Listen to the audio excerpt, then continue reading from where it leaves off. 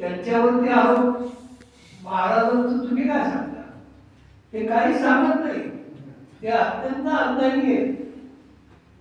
ते महाराजांनी जे जे त्या वेळेला सांगितलं त्याच्यातला बदल तुम्ही आम्ही काय करायला लागलो त्याच्यावर बोलतो. आणि ते अत्यंत मार्मिकपणे बोट ठेवलेले आणि ते आवश्यक आहे. त्याचं कारण असं आहे, संप्रदायाची निर्मिती का करावी लागली?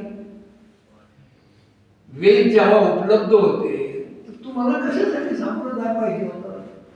का म्हणून उद्योग ज्ञानेश्वरांनी तुकाराम महाराजांनी केला? कारण त्यावेळी समाजावरती अन्याय होताना ते पाहत होते आणि त्या अन्यायाच्या विरोधात संप्रदायाची उत्पत्ती झाली. आणि एकटा संप्रदाय झाला, वारकरी संप्रदाय झाला असं नाही. त्यावेळेला प्रत्येक जणांनी वेगवेगळा विचार या पद्धतीने की हा अमानुष अत्याचार होते. मागासवर्गीय समाज असेल, प्रामुख्यानं महिलांवरती तर सगळ्यात जास्त, त्यांना तर अधिकारच नव्हते कुठले. आणि मग याच्यावरती संतांनी जो विचार केला त्याच्यातून या पंथाची निर्मिती झाली. आणि मग जर आता हा पंथ पुन्हा त्याच मार्गावर जात असेल तर ते चूक का बरोबर हे तपासण्यासाठी पुस्तक आहे. त्यांनी कुठलंही स्वतःचं तत्वज्ञान मांडलेलं नाही. त्याच्यात नवीन काय आहे? त्या पुस्तकात नवीन फक्त एकच आहे. 2 शब्दात सांगायचं झालं तर की तुम्ही वाट चुकता आहात.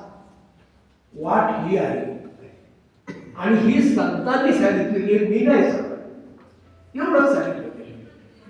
म्हणजे अख्खं पुस्तक वाचलं तरी सांगितलं एवढंच येतं. पुस्तक का वाचावं लागतं? की त्यांनी ते प्रमाण जे दिले ती चूक बरोबर तपासण्यासाठी, आणि ते तपासायचं तुम्हाला सांगितलं. म्हणजे मला माझी चूक दुरुस्त करता येईल हा प्रामाणिकपणा या कार्यक्रमाच्या आखरी मागे सावधानता आहे. आणि म्हणून